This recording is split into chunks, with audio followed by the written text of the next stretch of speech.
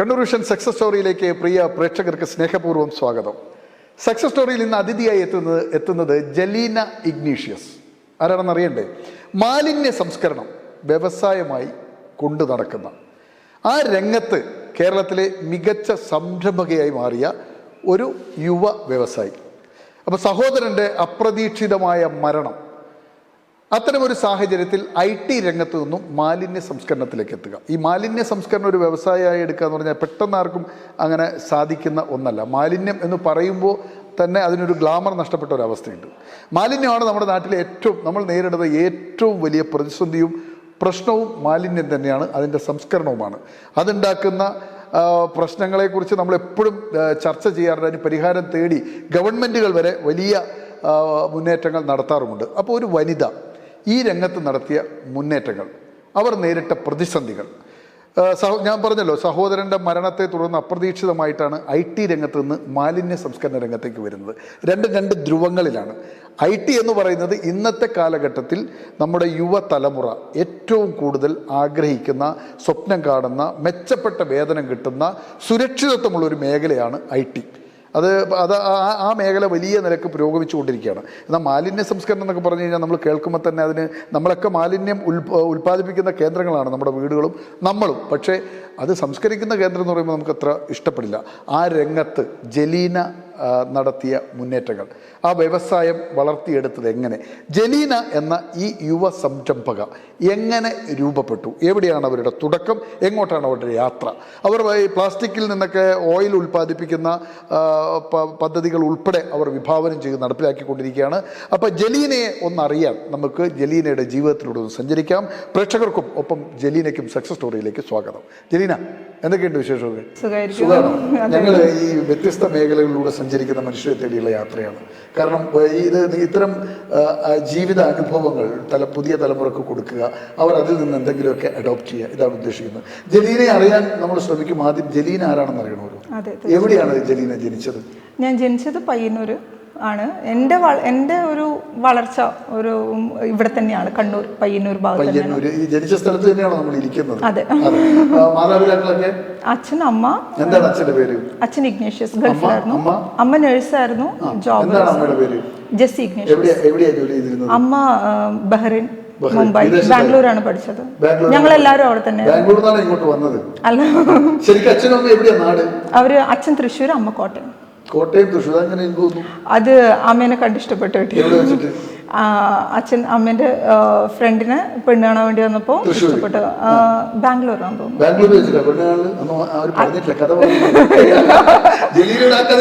ഒരു ബേസ് മാത്രമേ പറഞ്ഞിട്ടുള്ളൂ. അങ്ങനെ കല്യാണം കഴിച്ചാണ് എന്റെ അറിവ്. അല്ല, അച്ഛൻ തൃശ്ശൂർ, അമ്മ കോട്ടയം. പാല, കാപ്പിൽ കുടുംബം. കാപ്പിൽ വരെ പ്രമുഖരായിട്ടുള്ള ആളുകളുള്ളത്? റോസക്കുട്ടി കാപ്പൻ. അതെ, കാപ്പൻ ഫാമിലി. ഇപ്പൊ അവിടെ ഒരു ലീഡർ ഉണ്ടല്ലോ, പൊളിറ്റിക്കൽ ലീഡർ ഉണ്ടല്ലോ, കാപ്പൻ. മാണി സി കാപ്പന്റെ ആരായിട്ടാ വരിക? കസിൻസ് ആണ്. മാണി സി കാപ്പന്റെ കസിനാണ് എന്റെ അമ്മ. അച്ഛൻ തൃശ്ശൂരാണ്. തൃശ്ശൂർ എവിടെയാണ് അച്ഛൻ? വെള്ളാങ്ങല്ലൂര്. അമ്മ പാല, അച്ഛൻ തൃശ്ശൂർ. അവർ രണ്ടുപേരും. പിന്നെ എങ്ങനെ ബാംഗ്ലൂർ എത്തി? അമ്മ പഠിക്കാൻ വേണ്ടി പോയത് ബാംഗ്ലൂർ. നഴ്സിംഗ് പഠിക്കാൻ സെന്റ് ജോസഫ് കോളേജിൽ നഴ്സിംഗ് കഴിഞ്ഞിറങ്ങി അവിടെ തന്നെ കുറച്ച് നാൾ വർക്ക് ചെയ്തു. അല്ല, അവിടെ സെറ്റിൽ ആയില്ല. പിന്നെ അമ്മേനെ കണ്ടിഷ്ടപ്പെട്ട് അച്ഛൻ കല്യാണം കഴിക്കുമായിരുന്നു. അത് അച്ഛൻ്റെ സുഹൃത്ത് അമ്മേൻ്റെ ഒരു സുഹൃത്തിന് പെണ്ണ് കാണാൻ വേണ്ടിയിട്ട് അവർ തമ്മിൽ എന്തോ കണക്ഷനിൽ വന്ന് അമ്മേനെ കണ്ടിഷ്ടപ്പെട്ടു. അച്ഛന് അങ്ങനെ കല്യാണം കഴിച്ചാണ്.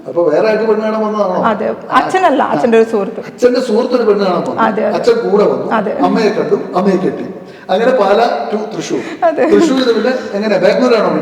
അല്ല, അവര് ഗൾഫിലായിരുന്നു. അച്ഛനും അമ്മയും ഗൾഫിലായിരുന്നു. എവിടെയായിരുന്നു? ബഹ്റൈൻ, മനാമയിലാണ് അച്ഛനും അമ്മയും. അച്ഛനെന്തായിരുന്നു ജോലി? അച്ഛൻ അലുമിനിയം ഫാബ്രിക്കേഷൻ, അമ്മ നഴ്സ്. അവരങ്ങനെ കല്യാണം കഴിഞ്ഞ് അവിടെ ബഹ്റൈനിൽ സെറ്റിലായി. അതെ, അതെ. എന്നിട്ട് പിന്നെ എങ്ങനെ കണ്ണൂരിലേക്ക് വന്നു? കണ്ണൂര് മമ്മിയുടെ അപ്പനും അമ്മയും ഇങ്ങോട്ടേക്ക് കുടിയേറി വന്നവരാ. ഇവര് ബഹ്റൈനിലുള്ള സമയത്ത് ഇവരിങ്ങോട്ട് കുടിയേറി? അങ്ങനെ ഒരു 50 വർഷം മുന്നേ. 50 വർഷം വന്ന് അമ്മേന്റെ അച്ഛനും അമ്മയും ഇങ്ങോട്ടേക്ക് ഒരു കൺഫ്യൂഷൻ ഉണ്ട്. എന്താ കാര്യം, തൃശ്ശൂർ, പാല, അവർ പെണ്ണ് കാണാൻ വന്ന സ്ഥലം എവിടെയാ അപ്പോൾ അച്ഛൻ? ബാംഗ്ലൂരായിരുന്നു. ബാംഗ്ലൂരാണ്. അപ്പോൾ കുഴപ്പമില്ല. തൃശ്ശൂർ പെണ്ണ് കാണാൻ വന്ന് കല്യാണം കഴിച്ച് 50 വർഷം കൊണ്ട് ഇതെല്ലാം നടങ്ങിയ. അപ്പോൾ അങ്ങനെ ബാംഗ്ലൂരിൽ നിന്ന് കല്യാണം കഴിയുന്നു. ഇവിടെ കല്യാണമൊക്കെ കണ്ണൂരുള്ള കാലത്താണോ? കല്യാണം എല്ലാം കോട്ടയത്ത് വെച്ചിട്ടാണ്. കോട്ടയത്ത് വെച്ചാണ്, പാലയിൽ വെച്ചാണ്. പാലയിൽ വെച്ചിട്ട് നടത്തിയത്. അങ്ങനെ കണ്ണൂരിൽ വന്നു. അവര് എവിടെയാ അപ്പോൾ അച്ഛനും അമ്മയൊക്കെ സെറ്റിൽ ചെയ്തിരുന്ന സ്ഥലം എവിടെയാണ് കണ്ണൂരിൽ? കണ്ണൂർ ഇവിടെ പിലാത്ര തന്നെ, ഇവിടെ തന്നെ കുറച്ചപ്പുറത്ത് പോകും. ഈ പ്രദേശത്ത്. അപ്പോൾ നിങ്ങൾ എത്ര മക്കളാണ്? എനിക്ക് ചേട്ടൻ, ഞാൻ. ചേട്ടന്റെ പേര്? മേജോ. 2 മക്കളാണ്. 2 മക്കളാണ്. അപ്പൊ അമ്മ റിട്ടയർ ചെയ്തു, നിങ്ങൾ ഇവിടെ? അമ്മ റിസൈൻ ചെയ്തു. എവിടുന്ന്? ഞാൻ ഗൾഫിൽ നിന്ന് റിസൈൻ ചെയ്തു. നിങ്ങളോടൊപ്പം ഇവിടെ വന്നു? ഞങ്ങള് നാട്ടിലേക്ക് വന്നു. പിന്നെ പിലാത്രയ്ക്ക് വന്നു. അത് കഴിഞ്ഞ് തിരിച്ച് ഒരു സ്കൂളിൽ പോകുന്ന സമയമാകുമ്പോൾ തിരിച്ച് ഞങ്ങൾ എല്ലാവരും ഗൾഫിലേക്ക് തന്നെ വീണ്ടും. ബഹ്റിനിലാണ്, ന്യൂ ഇന്ത്യൻ സ്കൂളിലായിരുന്നു പഠിച്ചത്. 6th വരെ. അതിനുശേഷം നാട്ടിൽ ഏഴ്സ്ലൈനിൽ പഠിച്ചു. പരിയാരം അതിൽ പഠിച്ചു. ഇങ്ങോട്ടേക്ക് വന്നു. ഞാൻ 6 പഠിക്കുമ്പോഴാണ്. ഏട്ടൻ ആ സമയത്ത് 8ൽ. അപ്പോൾ 8ലും 6ലും 2 മക്കളും അമ്മയും അച്ഛനും. അച്ഛൻ വന്നില്ല, അച്ഛൻ അവിടെ തന്നെ ജോലി ചെയ്തു. നിങ്ങൾ ഇവിടെ വന്നു. വീടെടുത്ത്. വീട് അതിനുശേഷം നിർമ്മിച്ചത്? ആദ്യം വീട് എടുത്തിട്ട്? അല്ല, അന്ന് കൂട്ടുകുടുംബായിരുന്നു. പിന്നെ അത് വീതം വെച്ച് സ്വന്തമായി വീട്. 6ാം ക്ലാസ് വരെ. 6ാം ക്ലാസ്സിൽ ഇവിടെ വന്നു ചേർന്നു. അതിനുശേഷം പിന്നെ നമ്മൾ ഏഴ്സ്ലൈനിൽ 1 വർഷം പഠിച്ചു. പിന്നെ അത് കഴിഞ്ഞ് 8th, 9th, 10th government girls higher secondary സ്കൂളിൽ പഠിച്ചു ഞാൻ, പയ്യന്നൂർ. അത് കഴിഞ്ഞ് ഒന്നുമില്ല, പഠനം മാത്രം. പഠനം എന്ന് പറഞ്ഞാൽ അത്ര വലിയ ഭയങ്കര ബ്രില്യൻ്റ് ഒന്നുമല്ല. ഒന്നുമില്ല. ഡാൻസ് പഠിച്ചിട്ടുണ്ട്, പക്ഷെ ഭരതനാട്യം പഠിച്ചിട്ടുണ്ട്. അങ്ങനെ ഇൻട്രസ്റ്റിംഗ് ആയിട്ട് പഠിച്ചതല്ല. എൻ്റെ കസിൻ സിസ്റ്റർ ഉണ്ടായിരുന്നു, പുള്ളിക്കാരിക്ക് ഒരു കമ്പനി ആയിട്ട് പോയത്. അവര് നിർത്തി. ഞാൻ 6 വർഷം 7 വർഷം കണ്ടിന്യൂ ചെയ്തു.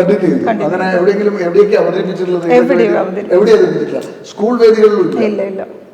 ഒരു സ്ഥലത്തും അവതരിപ്പിച്ചിട്ടില്ല. ഞാൻ വളരെ ഇങ്ങനെ ഒതുങ്ങാൻ ഇഷ്ടപ്പെടുന്ന ഒരാളാണ്.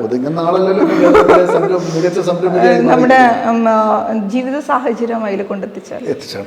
അപ്പോൾ 10ാം ക്ലാസ് കഴിഞ്ഞിട്ട് പിന്നെ SABTM തായ്നേരി സ്കൂളിൽ പഠിച്ചു, ഹയർ സെക്കൻഡറി. അത് കഴിഞ്ഞ് ബാംഗ്ലൂർ. പിന്നെ ബാംഗ്ലൂരിലേക്ക് പോകുന്നത് എന്തുകൊണ്ടാണ്? പിന്നെ അമ്മ ഇങ്ങ് പോകുന്നു, അച്ഛൻ ബഹ്റൈനിൽ. അമ്മ ഇവിടെ തന്നെ ഉണ്ടായിരുന്നു. ചേട്ടൻ ആ സമയത്ത് ഡിഗ്രി കഴിഞ്ഞ് ബാംഗ്ലൂർക്ക് MBA വേണ്ടി എടുത്തു. അപ്പൊ എനിക്കൊരു ആഗ്രഹമായിരുന്നു ബാംഗ്ലൂർ പഠിക്കണമെന്ന്. ബാംഗ്ലൂർ ഏതാ ചെയ്തത്? പോയിട്ട് BE ആയിരുന്നു. BE, bachelor of engineering. ഏത് കോളേജിലായിരുന്നു? EWIT. ഈ സ്കൂൾ കാലഘട്ടത്തിലുള്ള ഒരു ജീവിതാനുഭവങ്ങൾ എന്താണ് ത്രില്ലിംഗ് ആയിട്ട് മനസ്സിൽ ഓർമ്മകൾ? ത്രില്ലിംഗ് ആയതും സങ്കടകരമായ ഓർമ്മകൾ. കാരണം അതെല്ലാം കഴിഞ്ഞ് നമ്മൾ ഈ ബാല്യകാലത്തുണ്ടാകുന്ന നമ്മുടെ അനുഭവങ്ങളും നമ്മൾ കടന്നു വന്ന വഴികളൊക്കെ നമ്മൾ രൂപപ്പെടുത്തുന്നതിൽ ഒരു പ്രധാന ഘടകമാണ്. അപ്പം അങ്ങനെയുള്ള ഒരു എന്തൊക്കെ അനുഭവങ്ങളിലൂടെയാണ് ഈ +2 വരെ ഡിഗ്രി വരെ കടന്നു പോയപ്പോൾ താങ്കൾ കടന്നു വന്നിട്ടുള്ള വഴികൾ? സത്യം പറഞ്ഞാൽ ആ ഒരു +2 വരെ ഞാൻ ഒരു വിഷമങ്ങളും അറിഞ്ഞിട്ടില്ല. +2 വരെ വളരെ സുഖമായിരുന്നു. എനിക്ക് അതെ, എനിക്കൊന്നും ചിന്തിക്കേണ്ട കാര്യമില്ല. ഞാൻ +2 അത് മാത്രമല്ലേ ഉള്ളൂ. അത് കുഴപ്പമില്ലാണ്ട് തീർത്തു. അതാണ് എനിക്കങ്ങനെ വലിയ കാര്യങ്ങളൊന്നും ചിന്തിക്കേണ്ടി വന്നിട്ടില്ല. വീട്ടിൽ ചേട്ടൻ ആ സമയത്ത് ഞാൻ +1 പഠിക്കുമ്പോൾ അവൻ എറണാകുളത്ത് സേക്രഡ് ഹാർട്ടിൽ BA സോഷ്യോളജിക്ക് പഠിക്കുമായിരുന്നു, ഡിഗ്രി. എൻ്റെ ബ്രദർ, ചേട്ടൻ മരിച്ചുപോയ ചേട്ടൻ പഠിച്ച. അപ്പം ഞാനും അമ്മയും മാത്രമേ വീട്ടിലുണ്ടായിരുന്നുള്ളൂ. അതുകൊണ്ട് അതെ, അപ്പൊ പിന്നെ ഫിനാൻഷ്യലി ഒന്നും പ്രശ്നമില്ലായിരുന്നു ഒരു കാലം. എൻ്റെ +2 കഴിഞ്ഞതിന് ശേഷം എനിക്ക് പുറത്ത് പോയി പഠിക്കണം എന്ന് ആഗ്രഹം ഉണ്ടായിരുന്നു. ബാംഗ്ലൂർക്ക് പോയി 4-5 വർഷം ഉണ്ടായിരുന്നു. കോഴ്സ് കഴിഞ്ഞിട്ട് ഞാൻ അവിടെ സ്റ്റേ ബാക്ക് ചെയ്തായിരുന്നു. ജോബിന് ചേട്ടൻ എന്നെ അവിടെ പഠിപ്പിക്കുന്നുണ്ട്, എല്ലാം അവിടെ നിന്ന് ജോലി ചെയ്യുന്നുണ്ട്, താല്പര്യമില്ല എന്ന് പറഞ്ഞിട്ട് കല്യാണാലോചനകൾ കുറച്ച് വന്നപ്പോൾ മുടങ്ങി പോയി. ആ ഒരു ടൈമിന് അങ്ങനെ 2013 ടൈമിന്. അത് കഴിഞ്ഞപ്പോൾ ഇങ്ങോട്ടേക്ക് വന്നു. എനിക്കങ്ങനെ ജോലി ചെയ്യണമെന്ന് വലിയ ആഗ്രഹമൊന്നുമില്ല. നല്ല എന്താണ് ബാംഗ്ലൂരിലെ ആ കാലഘട്ടം? ബാംഗ്ലൂർ ഇപ്പൊ പറയുന്നത്, നിങ്ങളിപ്പോ എത്ര വർഷമായി ബാംഗ്ലൂർ പഠിച്ചു കഴിഞ്ഞിട്ട്? ഇപ്പം 10-12 വർഷം. ബാംഗ്ലൂർ ഒത്തിരി മാറി. ബാംഗ്ലൂർ ലൈഫ് എന്നെ സംബന്ധിച്ചോളം ഞാൻ മനസ്സിലാക്കിയ വെച്ച് കഴിഞ്ഞാൽ പാവപ്പെട്ടവരിനും നോർമലായിട്ടുള്ളവർക്കും കോടീശ്വരന്മാർക്കും ഒരേ രീതിയിൽ ജീവിക്കാൻ പറ്റും. ബാംഗ്ലൂരിൽ പഠിക്കാൻ വിട്ട് കഴിഞ്ഞാൽ കുട്ടികളെ തയ്യാറായി പോകുന്ന ചിന്തയുണ്ടല്ലോ. എനിക്ക് അങ്ങനെ ഫീൽ ചെയ്തിട്ടില്ല. പഠിച്ചത് ഞാൻ കോളേജ് ഹോസ്റ്റലിൽ തന്നെയായിരുന്നു. അങ്ങനെ ഒരു ട്രെൻഡ് പൊതുവെ ഒരു കാലത്ത്, ഇപ്പൊ അതെല്ലാം മാറി, ഇപ്പൊ എവിടെയും പോയി പഠിക്കും. ആ ഒരു കാലത്ത് അങ്ങനെ ഉണ്ടായിരുന്നു. ബാംഗ്ലൂരാണ് മംഗലാപുരം ഒക്കെ പഠിക്കുന്നതിൽ കുട്ടികൾ വഴിവിട്ടു പോകും, മോശമായി പോകുന്നുള്ളൊരു. അങ്ങനെ എനിക്ക് തോന്നിയിട്ടില്ല. കാരണം എനിക്ക് എൻ്റെ ഏട്ടനുണ്ടായിരുന്നു. ഏട്ടൻ അവിടെ MBA പഠിക്കുമായിരുന്നു ആ സമയത്ത്. എന്നെ എല്ലാ ആഴ്ചയും വന്ന് കാണും. കറക്റ്റ് നമുക്കൊരു മലയാളി വാർഡനായിരുന്നു, ഭയങ്കര സ്ട്രിക്റ്റ് ആയിരുന്നു. എനിക്ക് എന്നാലും ഞാൻ പുറത്തൊക്കെ ഇറങ്ങാൻ പോവും, ഫ്രണ്ട്സ് ഉണ്ട്, എല്ലാം ഉണ്ട്. പക്ഷെ ഞാൻ ഇവിടെ പോകുമ്പോൾ ഏട്ടൻ്റെ അടുത്ത് പറയുമായിരുന്നു, ബാംഗ്ലൂർ ജീവിതമാണോ ഇവിടുത്തെ ജീവിതമാണോ ഇഷ്ടപ്പെടുക? ഇപ്പോഴത്തെ പഴയ കാലം ആണ് എനിക്ക് കുറച്ചും കൂടെ കൂടുതൽ ഇഷ്ടം. പക്ഷെ അത് നമ്മുടെ ഒരു ഏജ് അങ്ങനെയല്ല, നമുക്ക് കുറച്ചും കൂടെ ഫാൻസി. അതെ, എനിക്കൊരു പ്രൈവറ്റ് ഫേമിൽ കിട്ടിയിരുന്നു. പക്ഷെ ഞാൻ കണ്ടിന്യൂ ചെയ്തില്ല. 1 month ചേട്ടൻ പറഞ്ഞു തിരിച്ച് നാട്ടിലേക്ക് പോകാൻ. ഞാൻ പറഞ്ഞു ഓക്കെ. ഇല്ല, ഞാൻ 28ാം വയസ്സിലാണ് കെട്ടണം. 28ാമത്തെ വയസ്സിൽ. ഞാൻ നല്ല അടിച്ച് പൊളിച്ച് തകർത്ത് ഏട്ടന്റെ സുഹൃത്തിനെ തന്നെയാണ് കല്യാണം കഴിച്ചത്. ഞാൻ പ്രണയിച്ചേട്ടെ. ഇല്ല ഇല്ല ഇല്ല, കുഴപ്പമില്ലാത്തൊരു ഫാമിലിയിലാണ്. പിന്നെ വീട്ടിലെ മൂത്ത ആളാണ്. കല്യാണം കഴിച്ചു. ചേട്ടൻ 10ാം ക്ലാസ് മുതൽ ഇവർ ഒരുമിച്ചായിരുന്നു. അവര് 10ാം ക്ലാസ് മുതൽ ഒരുമിച്ച് പഠിക്കുന്നതുകൊണ്ട് നിങ്ങൾക്ക് അങ്ങനത്തെ ഒന്നും ഉണ്ടായിരുന്നില്ല. വീട്ടില് പരിചയപ്പെടുന്ന വെച്ച് കഴിഞ്ഞാല് അവന്റെ വീട്ടുകാർക്ക് ഭയങ്കര ഇഷ്ടമായിരുന്നു. ഇടയ്ക്കിടയ്ക്ക് വീട്ടിൽ വരുമ്പോൾ അപ്പൊ നോർമലി വീട്ടുകാർ പറഞ്ഞാണ്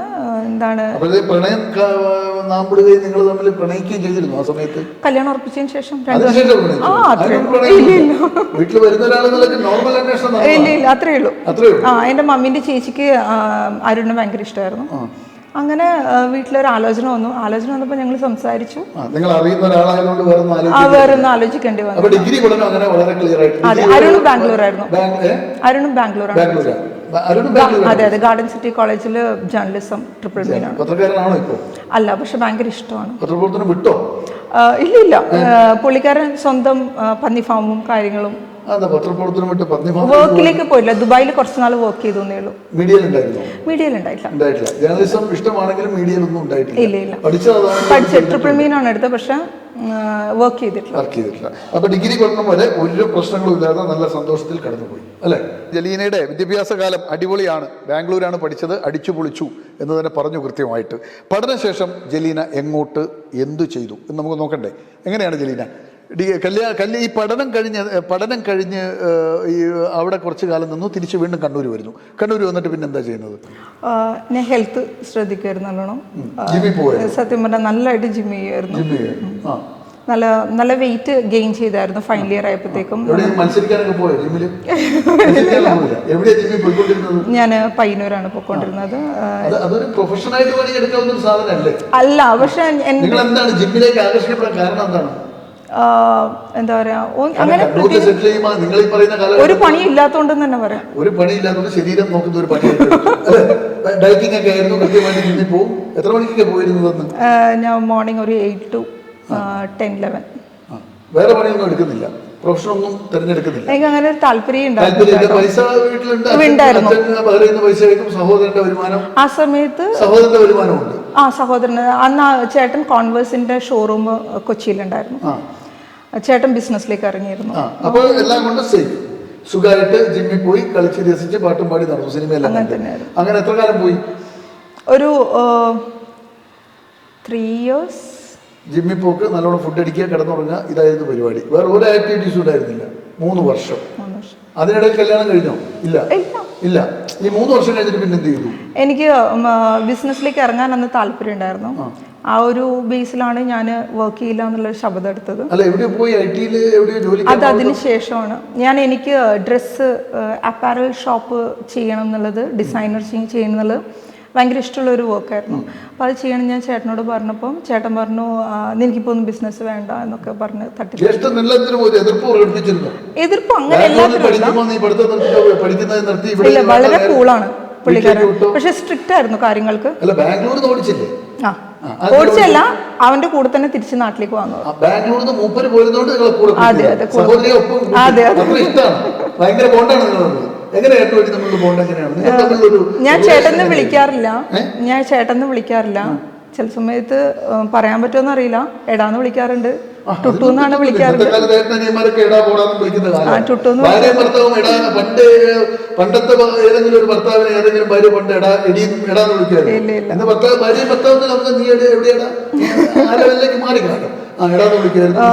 പിന്നെ എന്താ പറയാ, നല്ല ഫ്രണ്ട്ലി ആയിരുന്നു. പിന്നെ എനിക്ക് എന്താണ് എവിടെയെങ്കിലും എന്നെ ഷോപ്പിങ്ങിനൊക്കെ കൊണ്ടുപോകുമ്പോൾ അവൻ തന്നെ എന്നെ ഇങ്ങനെ മാളിലേക്ക് ഇങ്ങനെ അഴിച്ചങ്ങ് വിടും, എന്ത് വേണമെങ്കിൽ ഗ്രാബ് ചെയ്യാം. പാവമായിരുന്നു ഏറ്റവും. അത് ശരിക്കും കൂടുതൽ മനസ്സിലാക്കിയത് അവന്റെ മരണത്തിന് ശേഷമാണ്. അവൻ ജീവിച്ചിരിക്കുമ്പോൾ എനിക്ക് പോലും അവനെ ശരിക്കും മനസ്സിലാക്കാൻ പറ്റില്ല. മരിച്ചു കഴിഞ്ഞപ്പോൾ ചിലപ്പം എൻ്റെ ഒരു കാഴ്ചപ്പാടാണ് ഞാൻ പറയണത്, എനിക്കിനി വേറൊരു കൂടപ്പിറപ്പില്ല. അതില്ലാത്തതിൻ്റെ ഒരു വേദന അത് വേറെ തന്നെയാണ്.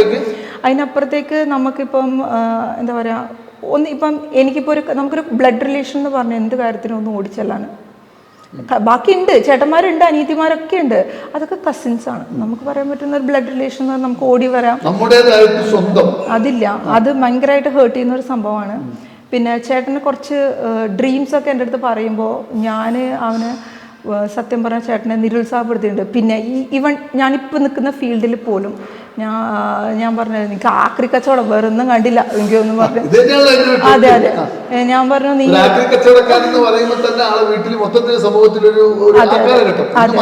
അതെ ആ സമയത്ത് ഇല്ല, അതിൽ നിന്ന് കുറേ കാര്യങ്ങളുണ്ട്. ഇവന് എന്നോട് ഷെയർ ചെയ്യുമ്പോൾ ഞാൻ പറയുന്നു ഒരു ബിസിനസ് കൊണ്ട് ചെയ്തിട്ട് ഇങ്ങനെ ആയില്ലേ എന്നൊക്കെ ഞാൻ അവനെ പറയാം. മാഹി അന്ന് ചേട്ടനി സ്ക്രാപ്പിലേക്ക് ഇറങ്ങി, എല്ലാവരുടെയും എതിർപ്പ് എല്ലാം ഇതാക്കിയിട്ട് ഇറങ്ങി. ആ സമയത്ത് ചെയ്തുകൊണ്ടിരുന്നത് ബത്തേരി മുനിസിപ്പാലിറ്റി, പിന്നെ പയ്യന്നൂര് പ്ലാസ്റ്റിക് വേസ്റ്റ് ഇല്ല, അത് എന്താണ് സൂറത്തിലുള്ള പെട്രോളിയം ഇൻഡസ്ട്രി ഉണ്ട്, അവരിലേക്ക് ട്രാൻസ്ഫർ ചെയ്യുന്നത്. അന്ന് ഹരിതകർമ്മസേന ഇത്രത്തോളം ഇറങ്ങിയിട്ടില്ല ലൈവായിട്ട്. ഇപ്പൊ ഹരിതകർമ്മസേന നമ്മുടെ ഗവൺമെൻറ് നല്ല രീതിയിൽ അത് കൊണ്ടുവന്നിട്ടുണ്ട്. അതായത് കുറേ ഗൈഡ് ലൈൻസ് കൊടുത്തിട്ട്, ഇപ്പോഴും പ്രശ്നങ്ങളൊക്കെ ഉണ്ടെങ്കിലും ഒരു 70 to 80% government strict guide lines കൊടുത്തിട്ട് ചെയ്യുന്നുണ്ട്. ആ ടൈമിന് അത്രത്തോളം ഒരു ഇതിലേക്ക് വന്നില്ല. അന്ന് 2016 ടൈം ആണ് ചേട്ടനുണ്ടായിരുന്ന ടൈം. ഞാൻ വന്നിരിക്കുന്നത് 2021 അന്ന് ഇത് മിക്സ് ചെയ്യുക, സെഗ്രിഗേഷൻ എന്ന് പറഞ്ഞ സംഭവമില്ല. നമ്മൾ ക്വാണ്ടിറ്റി ചെയ്യാൻ ബണ്ടിൽ ചെയ്യാൻ നമ്മൾ സൂറത്തിൽ വാത്തിലുള്ളത് പെട്രോളിയം ഇൻഡസ്ട്രിയിൽ കൊടുക്കുക, ഇതായിരുന്നു ചേട്ടൻ ചെയ്തുകൊണ്ടിരുന്നത്. പിന്നെ ബോട്ടിൽ റീസൈക്ലിംഗ് കൊടുക്കുക, കമ്പനികൾക്ക് കൊടുക്കുക, സൂറത്തിലുള്ള കമ്പനികൾക്ക് കൊടുക്കുക. അങ്ങനെ ഒരു വലിയൊരു വൈഡായിട്ടല്ല, മിനിമലായിട്ടാണ് ചെയ്യുന്നത്. മുനിസിപ്പാലിറ്റികൾ ഒന്ന് പയ്യന്നൂര്, മാഹി മുനിസിപ്പാലിറ്റി, സുൽത്താൻ ബത്തേരി, ഈ 3 സ്ഥലത്തും പ്ലാസ്റ്റിക് മാലിന്യങ്ങൾ ശേഖരിച്ച് സൂറത്തിലേക്ക് കയറ്റി വെച്ചു. ആ ജോലിയിലാണ് ഏട്ടൻ മുഴുകിയിരുന്നത്. അതെ, അതിലായിരുന്നു. അവിടുന്ന് മാഹിയിൽ ലോഡ് കയറ്റി വിട്ടിട്ട് വരുന്ന വഴിക്കാണ് ആക്സിഡന്റ്. എന്തിലാ വരുന്നത്? ബൊലേറോ പിക്കപ്പിൽ. ബൊലേറോ എവിടുന്നാ അപകടത്തിൽപ്പെടുന്നത്? ഇവിടെ നമ്മുടെ വീട്ടിന്റെ തൊട്ട് ഒരു 5 മിനിറ്റ് താവം പാലമില്ല, താവം പാലം നിർത്തിയിട്ട് ബെൻസ് ലോറിയുടെ അടിയിലേക്ക് പോയത്. സമയം രാത്രിയിലായിരുന്നു? അല്ല, രാവിലെ 6:45. ഡ്രൈവർ ഉറങ്ങിപ്പോയതോ? ഡ്രൈവറായിരുന്നു. ചേട്ടൻ വളപട്ടണത്തിൽ നിന്ന് വണ്ടി മാറ്റി കൊടുക്കുന്നുണ്ട്. ഉറക്കം വന്നിട്ട് ചേട്ടൻ പാസഞ്ചർ സീറ്റിൽ നിന്ന് ഉറങ്ങുന്നു. പിന്നെ എന്താണ് ഡ്രൈവർ എന്തോ സമയം എന്ന് പറയാം. ഏട്ടൻ മാത്രം മരണപ്പെട്ടു. വിവരം നിങ്ങൾ എപ്പോഴാണ് അറിയുന്നത്? ഞാൻ സാധാരണ എല്ലാ ദിവസവും രാത്രി ഇങ്ങനെ പോയിട്ട് വരലാണോ? രാവിലെയാണോ? എത്ര? അങ്ങനെയൊന്നുമില്ല. ലോഡില്ല. അന്ന് കൊറോണ ടൈമാണ്. കൊറോണ ടൈമിൽ ഭയങ്കര പോലീസ് ചെക്കിംഗ് അല്ലേ. അപ്പൊ ഹിന്ദിക്കാരെ മാത്രം വണ്ടി കൊടുത്ത് വിട്ട് കഴിഞ്ഞാല് ബുദ്ധിമുട്ടല്ലേ. അതുകൊണ്ട് ഇവനും കൂടെ പോയതാ, ചേട്ടനും കൂടെ പോയതാ. ഞാൻ ആ സമയത്തില്ല. എൻ്റെ ഒരു കണക്ക് പ്രകാരം ഞാൻ എറണാകുളത്ത് വർക്കിംഗ് ആണ്. ഞാൻ ഏകദേശം 8 വർഷം എറണാകുളത്തായിരുന്നു. ഡിഗ്രി പഠനം കഴിഞ്ഞ് ഇവിടെ വന്നു, സ്വന്തമായി തൊഴിൽ ചെയ്യണ്ടെന്നായിരുന്നു. ഞാൻ 2016 ജോലിക്ക് കയറി. എറണാകുളത്ത് ഞാൻ കാക്കനാട് ഇൻഫോ പാർക്കിൽ ആബസോഫ്റ്റിൽ ഫസ്റ്റ് കയറിയിരുന്നു. ജസ്റ്റ് ട്രെയിനി ആയിട്ട്. റിസൈൻ ചെയ്തപ്പോൾ നല്ലൊരു ഓപ്പർച്യൂണിറ്റി കിട്ടി പാലാരിവട്ടം ടൗണിൽ തന്നെ ആയിട്ട്. അപ്പോൾ എനിക്ക് കുറച്ചും കൂടെ ട്രാവലിംഗ് ബെറ്റർ അതായിരുന്നു. അങ്ങനെ ഞാൻ ഒരു ACG എന്ന് പറഞ്ഞ കമ്പനിയിലേക്ക് കയറി. അതൊന്ന് ട്രെയിനിങ് ആയിട്ട് കയറി 6 to 7 years ആ കമ്പനിയിൽ തന്നെ ഉണ്ടായിരുന്നു. എന്താണ് ആ കാലഘട്ടത്തിലെ ഒരു എക്സ്പീരിയൻസ് എന്തായിരുന്നു? എൻ്റെ സുവർണകാലം. എന്താണ് നല്ല സൗഹൃദങ്ങൾ. ഇല്ല, ആ കല്യാണം കഴിഞ്ഞു, അവിടെ ഇരിക്കുമ്പോൾ തന്നെ കഴിഞ്ഞു. 2 years കഴിഞ്ഞു. എന്താണ് ആ കാലഘട്ടത്തിലെ ഓർമ്മ എങ്ങനെയാണ്? IT-യിൽ നല്ല സുഹൃത്തുക്കൾ കിട്ടി, നല്ല ട്രസ്റ്റ് വർത്തിയായിട്ടുള്ള, നല്ല നമ്മുടെ കൂടെ നമ്മളെന്താണെന്ന് മനസ്സിലാക്കാൻ പറ്റുന്ന, ഇപ്പോഴും ആ റിലേഷൻസ് സുഹൃത്തുക്കളാണ് എൻ്റെ ഇപ്പോഴും മുൻപന്തിയിൽ നിൽക്കുന്നവർ.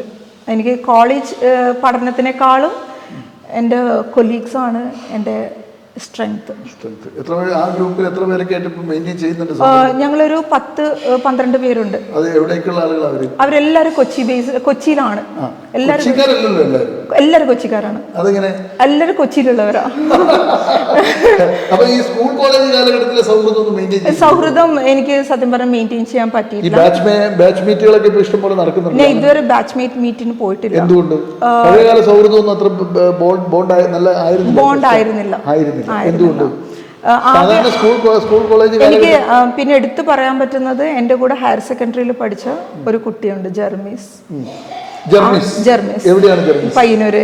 ഇന്നും അത് ഒറ്റ സുഹൃത്തേ ഉള്ളൂ. ഈ 10 എത്ര വർഷം പഠിച്ചു? കാരണം നമ്മുടെ റിലേഷൻ കീപ്പ് ചെയ്യാണ്ടല്ല, ഞാൻ ഈ പറഞ്ഞ കൊലീഗ്സും പുള്ളിക്കാരും ഒക്കെ എന്ന് പറഞ്ഞു കഴിഞ്ഞാൽ എൻ്റെ വീഴ്ചയിലും എൻ്റെ കൂടെ ഉണ്ടായിരുന്നു. ആ കഥ അറിയണം നമുക്ക്, അതിലേക്ക് നമുക്ക് വരാം. ഇപ്പൊ അത് ഈ 15 വർഷം സ്കൂളിൽ പഠിച്ചിട്ട് മൊത്തം കോളേജ് കാലഘട്ടം എല്ലാം കൂടി 15 വർഷം വന്നിട്ടുണ്ടാവില്ലേ? 15 പോരാ. PG ചെയ്തില്ലേ? PG ഞാൻ ചെയ്തു. ഡിഗ്രി 12 ഉം 3 15 വർഷം.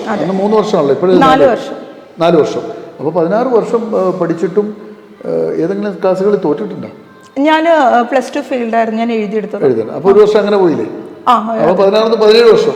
17 വർഷം പഠിച്ചിട്ട് ഒറ്റ ഒരാള് തോറ്റവര് മാത്രമേ ജയിച്ചു കയറി. 16 വർഷം പഠിച്ചിട്ടും സ്കൂൾ കോളേജ് പഠനകാലത്തെ നിന്നും തെരഞ്ഞെടുത്തത് ഒരു സുഹൃത്തിനെ മാത്രം. ആ സുഹൃത്തിന്റെ പേരെന്താണ്? ജെർമീസ്. ഇപ്പോഴും ഉണ്ട്. മാരീഡ് ആണോ? എവിടെ സെറ്റിൽഡ് ആണ്? പയ്യന്നൂർ. അതൊരു ഗംഭീര സംഭവമാണ് കേട്ടോ. നമ്മളെല്ലാം ഒരു 10ാം ക്ലാസ് പഠിച്ചു തന്നെ 100 കുട്ടികളുടെ കണക്ക് പറയാനുണ്ടാവും, 100 സൗഹൃദം ഉണ്ടാവും, ബാച്ച്മേറ്റുകൾ ഉണ്ടാവും.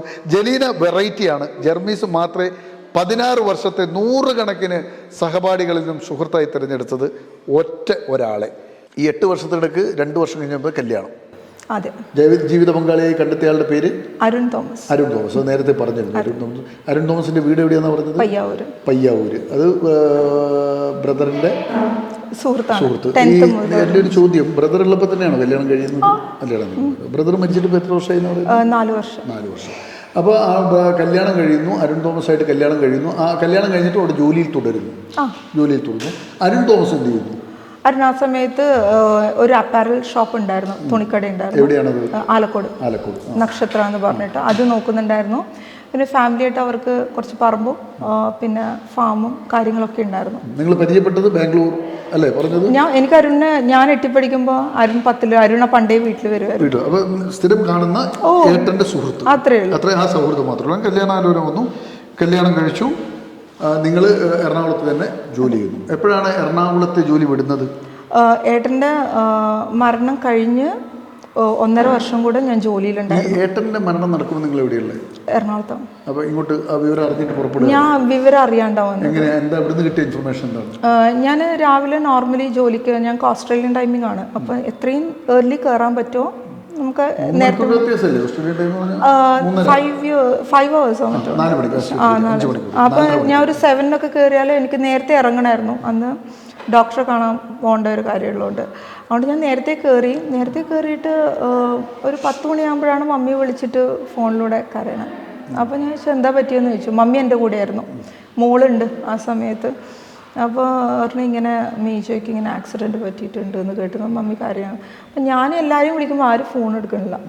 ആ ദിവസം എന്ന് പറയുന്നത് വല്ലാത്തൊരു അപ്പം എന്നോട് കസിൻ വിളിച്ചിട്ട് പറഞ്ഞു, വലിയേട്ടായി വിളിച്ചിട്ട് പറഞ്ഞു നമുക്കൊന്ന് മീജോ ഇങ്ങനെ ആക്സിഡൻറ്റ് പറ്റിയിട്ട് ICUലുണ്ട്, സീരിയസ് ആണ്, പക്ഷെ കുഴപ്പമില്ല നീ വാ എന്ന് പറഞ്ഞു. അപ്പോൾ നമ്മളൊരിക്കലും മരണം പ്രതീക്ഷിക്കുന്നില്ല, അത് ഒട്ടും പ്രതീക്ഷിച്ചില്ല. ഫോണിൽ ഒരു പ്രാവശ്യം ഞാൻ ഫേസ്ബുക്കിൽ ഇങ്ങനെ നമ്മൾ വണ്ടി വരുവാണ്, സീരിയസ് ആയാലും നമ്മൾ ഫോണ് നമ്മുടെ കൂടപ്പുറപ്പ് പോലെ തന്നെയാണല്ലോ. ഫോൺ എടുത്തും പെട്ടെന്ന് ഫോണിൽ ഒരു ഫോട്ടോ ബ്ലിങ്ക് ചെയ്തു, ചേട്ടൻ്റെ ഫോട്ടോ വെച്ചിട്ട് ആദരാഞ്ജലി കഴിഞ്ഞു. പക്ഷെ ഞാനത് കാറിനാണ് വരുന്നത്, ടാക്സി വിളിച്ചിട്ടാണ് വരുന്നത്. അപ്പം ഞാൻ എൻ്റെ ഹസ്ബൻഡ് പോലും എന്നെ വിളിച്ച് പറഞ്ഞിട്ടില്ലായിരുന്നു. കോഴിക്കോട് കഴിഞ്ഞെന്ന് തോന്നുന്നു, പെട്ടെന്ന് കാണുന്നത്. അപ്പം ഞാനതിങ്ങനെ എടുത്ത് നോക്കുമ്പോഴത്തേക്ക് അത് പോയി. അത് കാണാനൊന്നും പറ്റില്ല. അപ്പം ഞാൻ എൻ്റെ തോന്നലായിരിക്കും വെച്ചു. പിന്നെ മാഹി എത്തിയപ്പോൾ ഞാൻ അറിഞ്ഞു ചേട്ടനിങ്ങനെ പോയി എന്നുള്ളത്. അച്ഛൻ തന്നെ അമ്മേനെ വിളിച്ച് പറയത്, എന്നെ വിളിച്ച് ആരും പറഞ്ഞില്ല. പക്ഷെ അപ്പോഴും ഞാൻ പ്രതീക്ഷിച്ചിട്ടൊന്നുമില്ല. ഞാൻ വീട്ടിൽ വന്ന് പിന്നെ പന്തൽ കാണുമ്പോഴാണ് രാത്രി 8 മണിയൊക്കെ ആയി. അങ്ങനെയാണ് അതൊരു എനിക്ക് അവനെ കാണാൻ പോലും പറ്റിയില്ല. അവന് ഫേസ് ഇല്ലായിരുന്നു. ഒന്ന് കാണാനൊന്നും പറ്റില്ല, ഒന്ന് തൊട്ടിട്ടങ്ങ് പോയതേ ഉള്ളൂ. ഒരു അന്ത്യചുംബനം പോലും കൊടുക്കാൻ കഴിഞ്ഞില്ല. അത്ര ഇഷ്ടമുള്ള ആളല്ലേ. നമുക്ക് നഷ്ടപ്പെടുമ്പോഴാണ് നമുക്ക് അതിന്റെ വേദന എന്ന് മനസ്സിലാവൂലേ. നഷ്ടപ്പെട്ട് കഴിഞ്ഞപ്പോൾ എങ്ങനെയാ അത് ഫീൽ ചെയ്തത്? ഏത് ഓർമ്മകളാണ്, ഏത് ഇൻസിഡന്റ് ആണ് നിങ്ങളുടെ മനസ്സിലേക്ക് അവൻ ഉണ്ടായിരുന്നു എങ്കിൽ എന്ന് തോന്നിയത്? അവൻ ഉണ്ടായിരുന്നെങ്കിൽ തോന്നിയ പല ഇൻസിഡന്റ് ഉണ്ട്. അങ്ങനെ ഓർക്കാന്ന് വെച്ച് കഴിഞ്ഞാൽ നമ്മൾ പല രീതിയിൽ ഇനി ആര് എന്നുള്ളൊരു തോന്നലുണ്ടാവും. നമ്മൾ ഹസ്ബൻഡ് ഉണ്ടാവും, അച്ഛനുണ്ടാവും, അമ്മയുണ്ടാവും. പക്ഷെ കൂടപ്പിറപ്പുകളുടെ ഒരു വൈബ് എന്ന് പറയുന്നത് അത് വേറെ തന്നെയാണ്. അവൻ മാരീഡ് ആയിരുന്നോ? അല്ല. നിങ്ങളുടെ കല്യാണം മൂത്തയാളല്ലേ? മൂത്തയാളാണ്. എന്നിട്ട് കല്യാണം കല്യാണം കഴിക്കാൻ വേണ്ടിയിട്ട് ആ 2021 ഡിസംബറിൽ നമ്മളൊരു ആലോചന ഇങ്ങനെ മുറുക്കി കൊണ്ടുവന്നായിരുന്നു. ഡിസംബറിൽ നോക്കാം, അല്ലെങ്കിൽ ഞാൻ ജൂണിൽ വരട്ടെ. അല്ലേ, മാട്രിമോണി വഴിയായിരുന്നു. കോട്ടയം ബേസ്. അത് നമുക്ക് നോക്കാം എന്ന രീതിയിലായിരുന്നു. ആ സമയത്ത് ആ കുട്ടി വരുന്നുണ്ടായിരുന്നു. വിദേശ UK നേഴ്സായിരുന്നു. പക്ഷെ അതിനു മുമ്പേ അവൻ യാത്രയായി. പിന്നെ അന്ന് ഈ ബ്രദർ അങ്ങ് പോയതിനു ശേഷമുള്ള ദിവസങ്ങൾ എങ്ങനെയാണത്? അപ്പോഴത്തേക്കും പപ്പ റിട്ടയർ ചെയ്ത് വന്നു. പപ്പ എൻ്റെ കല്യാണത്തിന്റെ 2 മാസം മുന്നേ വന്നതാണ്. പപ്പ ഇവിടെയുണ്ട്. നിങ്ങൾ ഈ പപ്പയും മോളും ഈ അമ്മയും അടങ്ങുന്ന ഒരു കുടുംബം, ഭർത്താവും ചെറിയ മോളുണ്ടോന്ന്? മോളുണ്ട്. എനിക്ക് മോൾക്ക് 1.5 വയസ്സ്. ആ കാലഘട്ടം എങ്ങനെയാണ് ഇങ്ങനെ ഒരു? ഞാൻ ആദ്യം പറഞ്ഞാൽ തന്നെ നല്ല വെൽത്തി ഫാമിലിയിൽ നിന്ന് വന്ന് ചേട്ടന്റെ ഒരു ബിസിനസ് കൊണ്ട് തകർന്നു പോയ കംപ്ലീറ്റ്. അല്ല, ഈ ഏട്ടൻ മരിക്കുന്നത് വരെ നിങ്ങൾ തകർന്നതായിട്ട് അറിയുന്നില്ലേ? ബിസിനസ്സിൽ ബുദ്ധിമുട്ടുള്ളതായിട്ട് അറിയുന്നില്ല. എപ്പോഴാണ് ഇത് അറിയുന്നത്? ചേട്ടൻ്റെ ആദ്യത്തെ ബിസിനസ് കോൺവേഴ്സിൻ്റെ ഷോറൂം ഉണ്ടായിരുന്നു കൊച്ചിയിൽ 2 അതിൽ എന്ത് പറ്റിയെന്ന് എനിക്കറിയില്ല. ഞാൻ ഇൻവോൾവ് ചെയ്തില്ല. അവൻ്റെ ഒരു കാര്യത്തിലും ഞാൻ ഇങ്ങനെയൊന്നുമില്ല. ഇല്ല, ഒന്നുമില്ല. അതിലെന്താ സംഭവിച്ചെന്ന് ഇപ്പോഴും അത് പൂട്ടിപ്പോയി. അതിനുശേഷമാണ് ഒന്നും അറിയില്ല. നഷ്ടം എന്ന് പറയാൻ എനിക്ക് ഒരിക്കലും അതിൽ പറ്റൂല. കാരണം എന്ന് വെച്ച് കഴിഞ്ഞാല് നഷ്ടം നമുക്ക് പണം മാത്രമേ നഷ്ടം എന്ന് പറയാൻ പറ്റുള്ളൂ. ബാക്കിയൊക്കെ അവനൊരു പ്ലാറ്റ്ഫോം പണിതിട്ടിരുന്നു. ഒരു ട്രെയിൻ എടുത്ത് ഇങ്ങനെ ഓടിക്കേണ്ട കാര്യം ഉണ്ടായിരുന്നു. നല്ല സ്ട്രോങ് ആക്കിയിരുന്നു. അതായത് കോണ്ടാക്ട്സ് അതെ അതെ. അപ്പോഴത്തേക്ക് അവന് ഫിനാൻഷ്യലായിട്ട് ഡൗൺ ആയിപ്പോയി. പക്ഷെ ഫിനാൻഷ്യൽ റേസ് ചെയ്യേണ്ട വഴിയും അവൻ ഏകദേശം അവൻ്റെ നോട്ട്സ് ഒക്കെ ഉണ്ട്. ഇപ്പോഴും ഞാൻ യൂസ് ചെയ്യുന്നത് അവൻ്റെ ടേബിളാണ്. അപ്പം അതിൽ തന്നെ അതിൽ നോട്ട്സിൽ കറക്റ്റായിട്ട് എവിടെ എന്ത്. എപ്പോഴാണ് ജലീനയ്ക്ക് ഈ ബിസിനസ്സിലേക്ക് ഇറങ്ങണം എന്നൊരു ഉൾവിളി ഉണ്ടായത്? ഏട്ടൻ മരണപ്പെട്ടു, വീട്ടിലെല്ലാവരും ഉണ്ട്. എപ്പോഴാണ് നിങ്ങൾ ഒരു ബിസിനസ്സുകാരിയാകണം, അല്ലെങ്കിൽ അനിയന്റെ ബിസിനസ് എന്താണെന്ന് അന്വേഷിക്കണം എന്നല്ല തോന്നി? കാരണം നമ്മുടെ സെക്ടർ എന്ന് പറയുന്നത് എമർജൻസി സെക്ടറാണ്. നമ്മൾ ഫയർഫോഴ്സ് പോലെ തന്നെ പോലീസ് പോലെ എമർജൻസി സെക്ടറാണ്. വേസ്റ്റ് ഡിസ്പോസൽ ചെയ്യുന്നത് ഏത് ഏജൻസിയാണ്, ഞാൻ മാത്രമല്ല, ഏത് ഏജൻസി ആണെങ്കിലും അവർ വല്ല എമർജൻസി സെക്ടറാണ്. അത്രയും പ്രഷറിലാണ് അവർ. എന്നെ സംബന്ധിച്ചിടത്തോളം ഫസ്റ്റ് ബിസിനസ് എന്നുള്ള മൈൻഡായിരുന്നു.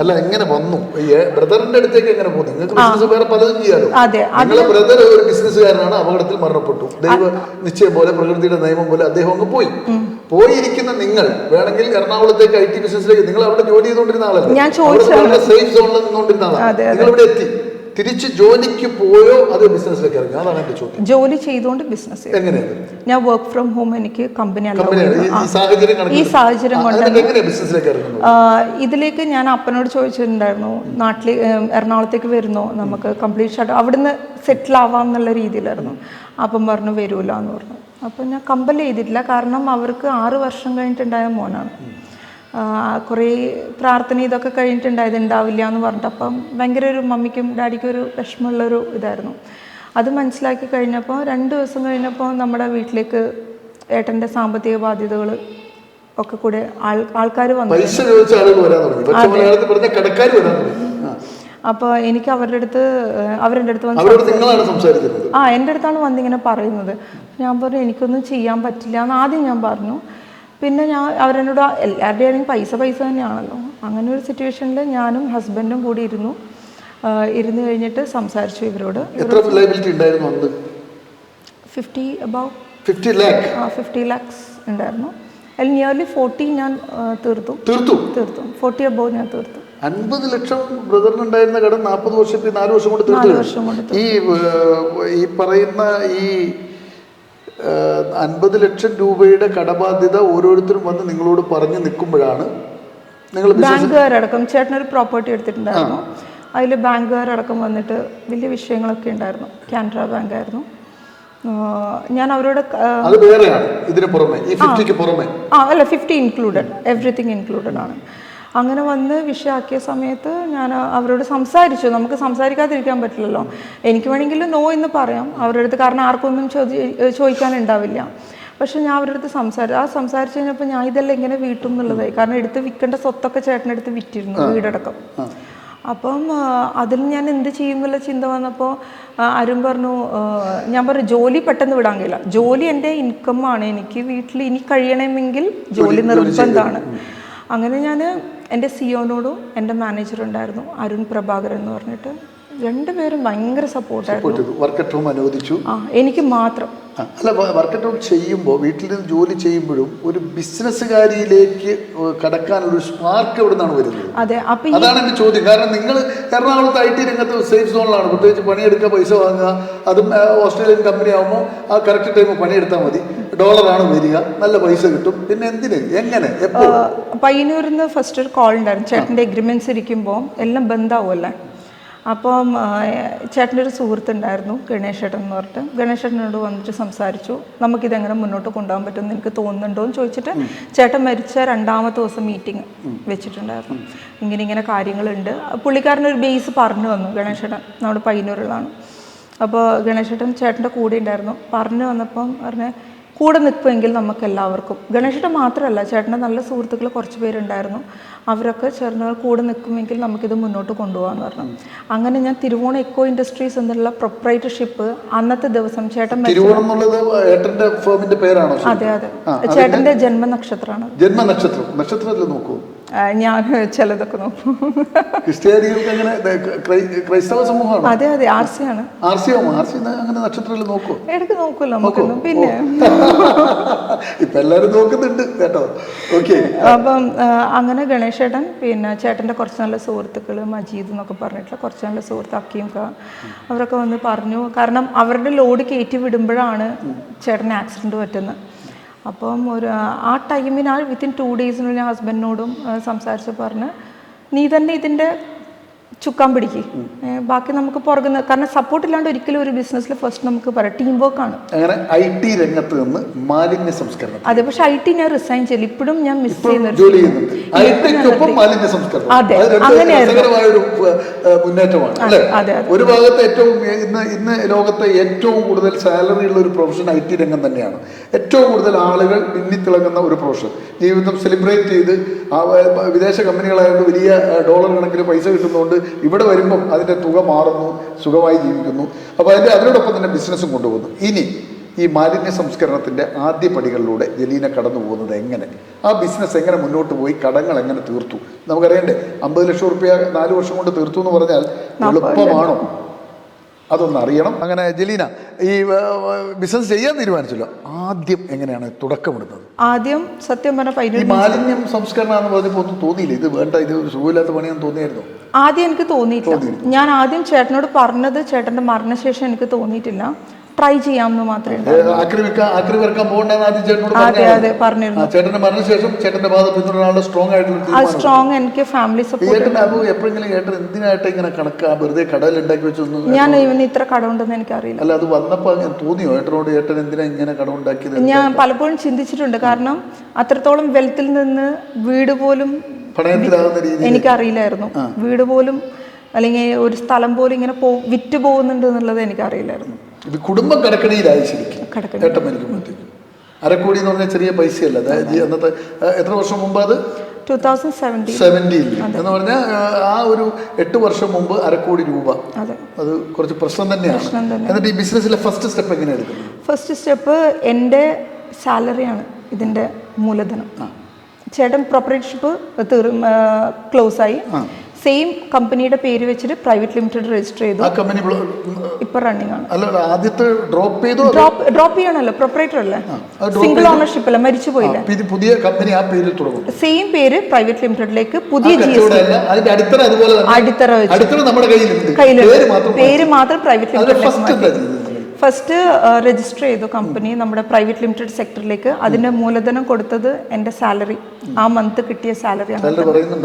ഇല്ല, സാധാരണ പുരുഷന്മാരുടെ ശമ്പളവും പെൺകുട്ടികളുടെ വയസ്സും ചോദിക്കുന്നത് മോശമില്ലാത്തൊരു ശമ്പളം മൂലധനമായിട്ട്. അതെ അതെ, എന്തായാലും ഒരു 6-7 വർഷം ജോലി ചെയ്ത ഒരു ഉണ്ടല്ലോ കാരണം എറണാകുളത്ത് എക്സ്പെൻസ് എല്ലാം കഴിഞ്ഞാലും ഒരു ബേസിക് ഉണ്ടായിരുന്നു. ഇല്ല, അതുകൊണ്ട് തന്നെ ആ സമയത്ത് ഞാൻ കൊടുക്കേണ്ടവർക്ക് കുറച്ചായിട്ട് സമ്പാദ്യമാണ് കൊടുത്തത്. സഹോദരന്റെ കടങ്ങൾ ആരും തിരിച്ചയച്ചില്ല, കടങ്ങൾ എന്റെ ഏട്ടനോട് ചോദിച്ചോ എന്ന് പറഞ്ഞില്ല. നിങ്ങൾ പോയിക്കോ സെമിത്തേരി പോയി ഏട്ടനോട് ചോദിച്ചോ എന്ന് ആരോടും പറഞ്ഞില്ല. കുറേശ്ശെ കൊടുത്തു. അതിനുശേഷം ഈ ബിസിനസ്സിൽ എന്തൊക്കെയാ ചെയ്തത്? ബിസിനസ്സിൽ എഗ്രിമെന്റ്സ് എന്താണ് ബിസിനസ്, എങ്ങനെ ചെയ്തു? പയ്യന്നൂർ മാഹി മുനിസിപ്പാലിറ്റിക്കാർ അവർ എൻ്റെ പേരിലേക്ക് കോൺട്രാക്ട് എഴുതുന്നു. അങ്ങനെ അവിടുന്ന് മുനിസിപ്പാലിറ്റികളുടെ യാർഡ് ഉപയോഗിച്ച് പ്ലാസ്റ്റിക് സെഗ്രിഗേഷൻ ചെറിയ രീതിയിൽ ചെയ്യും. അന്ന് അത്ര വൈഡ് സെഗ്രിഗേഷൻ നമുക്ക് പറ്റില്ല യാർഡിന്ന്. അങ്ങനെ ബണ്ടിൽ ചെയ്തിട്ട് നമ്മൾ റെപ്യൂട്ടഡ് ആയിട്ടുള്ള കമ്പനീസിന് കൊടുക്കും. കൂടുതലും അയച്ചിരുന്നത് ബോംബെയിലേക്കായിരുന്നു. ഇത് ഈ മാലിന്യം ശേഖരിക്കുന്നിടത്തോ ഇത് തരംതിരിക്കുന്നിടത്തൊക്കെ നിങ്ങളുടെ സാന്നിധ്യം ആവശ്യമുണ്ടായിരുന്നു. ഞാൻ പിന്നെ തീർച്ചയായും ഞാൻ 2 ദിവസം കൂടും എന്തായാലും എൻ്റെ ഗോഡൗൺ വിസിറ്റ് ചെയ്യും. വീക്ക്ലി എറണാകുളത്ത് എനിക്കിപ്പം കണ്ണൂരും സ്വന്തം ഗോഡൗണ് കണ്ണൂരും കൊച്ചിയും. ഈ 2 ഗോഡൗണിലും മാലിന്യം സംസ്കരിക്കുന്ന ഏത് നാട്ടുകാരാണ്? നമ്മുടെ നാട്ടുകാരാണോ? അല്ല, ആസാമീസാണ്. അപ്പൊ അവരിതെല്ലാം മാലിന്യം ഇതെങ്ങനെ നീക്കം ചെയ്യുന്നിടത്തെല്ലാം നമ്മുടെ സാന്നിധ്യം ഉണ്ടാവും. അവിടെ പ്രതിസന്ധികളാണ് നമ്മൾ നേരിടാൻ സാധ്യതയുള്ളത്. നിങ്ങളുടെ ഈ പ്രൊഫഷൻ മറ്റൊരു പ്രതിസന്ധി എന്ന് പറഞ്ഞാൽ ബ്രെയിൻ ഉപയോഗിച്ചുള്ള മാനേജ്മെന്റ്, IT രംഗത്ത് നിങ്ങൾ നിങ്ങളുടെ തലച്ചോറ് ഉപയോഗിച്ചിട്ട് ഇതിന് ഫിസിക്കലി ചെയ്യുന്ന ഈ ജോലികളിൽ ഇവർ വരുത്തി വെക്കാവുന്ന അപകടങ്ങളും അപാകതകളും പ്രതിസന്ധികളും പ്രശ്നങ്ങളും എന്താണ്? ഒന്ന്, നമ്മുടെ പേപ്പർ വർക്ക്സ് പക്കയാക്കുക, അത് ഒന്നാമത്തെ കാര്യം. പിന്നെന്ന് വെച്ചാൽ നമ്മൾ സേഫ്, നമുക്ക് എല്ലായിടത്തും ഇപ്പോൾ പെട്ടെന്ന് എറണാകുളത്ത് പോകണം, നമുക്ക് നടക്കൂലെങ്കിൽ അത് ഇവിടുന്ന് വാച്ച് ചെയ്യാൻ പറ്റുന്ന രീതിയിലേക്ക് നമ്മൾ നമ്മുടെ സെറ്റിങ്സ് മാറ്റുക, അങ്ങനെ ചെയ്യാൻ പറ്റും. പിന്നെ ഏറ്റവും ഞാൻ ഇത്രത്തോളം എന്തെങ്കിലും ആയിട്ടുണ്ടെങ്കിൽ തന്നെ അത് കോസ്റ്റ് കട്ടിങ് ചെയ്തിട്ടാണ്. അതായത് ലേബേഴ്സിൻ്റെ കോസ്റ്റ് കട്ടിങ് ചെയ്തു, സുഹൃത്തുക്കളുടെ അടുത്ത് ലേബേഴ്സിനെ വേജസിന് എടുത്തിട്ട് ചെയ്തു. പിന്നെ മാനേജേഴ്സിനെ കോർഡിനേറ്റേഴ്സിനെ വെച്ചില്ല, എല്ലായിടത്തും ഞാൻ തന്നെ ഓടി നടന്നു. മാനേജറും കോർഡിനേറ്ററും ഇല്ലാത്ത തൊഴിലാളികളിലേക്ക് നേരിട്ടിറങ്ങി മാനേജറോട് അഭിപ്രായം ചോദിക്കാനും അദ്ദേഹത്തിന് റിപ്പോർട്ട് കിട്ടാനും കാത്തു നിൽക്കുന്നില്ല. ഞാൻ തന്നെയാണ് ഇന്ന് എല്ലാ പ്രൊഫഷണൽസും ആദ്യം തിരഞ്ഞെടുക്കുന്നത് മാനേജേഴ്സ് കോർഡിനേറ്ററാണ്. കാരണം അവനിലേക്ക് ഒരു തലവേദനയും വരരുത്, തലവേദന മുഴുവൻ ഇവരെടുക്കുക, സംഭവം നടത്തിക്കോളെ ഇവ മോണിറ്റർ ചെയ്യുക എന്നുള്ളത് മാത്രമാണ്. അതിൽ നിന്നും ഭിന്നമായിട്ട് നേരിട്ട് ഈ കാര്യങ്ങൾ മോണിറ്റർ ചെയ്യുക, കൊണ്ടു നടക്കുക എന്ന് പറഞ്ഞാൽ അത് അത്ര എളുപ്പമാണ്. അത് സത്യം പറഞ്ഞാൽ ഫുൾ ടൈം എൻഗേജ്ഡ് എന്ന രീതിയിലായിരുന്നു. നമുക്ക് ആവശ്യമില്ല, പണിയെടുക്കാൻ തീരുമാനിച്ചു. ഞാൻ വർക്ക് ചെയ്യുമ്പോൾ പോലും ലാപ്ടോപ്പ് ക്യാരി ചെയ്യും എല്ലായിടത്തും. അപ്പോൾ ഞാൻ IT വർക്ക് ചെയ്യുന്ന സമയത്ത് രാത്രി 2 മണി മുതൽ ഒക്കെ വർക്ക് ചെയ്യും. എത്ര ടൺ മാലിന്യം വരെ ഇപ്പോൾ ഒരു മാസം ശേഖരിക്കുന്നുണ്ട്? ഏകദേശം 100-150 ടൺ. ഏതൊക്കെ മുനിസിപ്പാലിറ്റികളാണ് ഇപ്പം നിലവിലുള്ളത്? ഇപ്പം നിലവിലുള്ളത് ഇരിട്ടിയില്ല, മട്ടന്നൂർ, പിന്നെ പയ്യന്നൂർ, കണ്ണൂർ ജില്ലയിൽ ഈ 2 മുനിസിപ്പാലിറ്റിയും ചെറുപുഴ പഞ്ചായത്തുമാണ് ഞാൻ ചെയ്യുന്നത്. ഇനി അതിന്റെ വൈഡനിങ് എങ്ങനെയാണ് ആലോചിക്കുന്നത്? അതിന്റെ വൈഡൻ എന്ന് വെച്ചാൽ നെക്സ്റ്റ് ഞാൻ ഒരു പ്രോജക്റ്റ് വർക്കിലാണ്. അതിങ്ങനെ ഡിക്ലെയർ ചെയ്യേണ്ട ഒരു സിറ്റുവേഷൻ എത്തിയിട്ടില്ല. പക്ഷെ അത് വന്നു കഴിഞ്ഞാൽ പ്ലാസ്റ്റിക്കിൽ നിന്ന് ഓയിൽ ഉണ്ടാക്കുന്നത് എനിക്കത് കേരളത്തിൽ തന്നെ ചെയ്യാൻ അതിന്റെ പേപ്പർ വർക്ക്സിന്റെ ഫസ്റ്റ് സ്റ്റേജിലാണ്. കേരളത്തിൽ എവിടെയാണ് പ്ലാൻ ചെയ്യുന്നത്?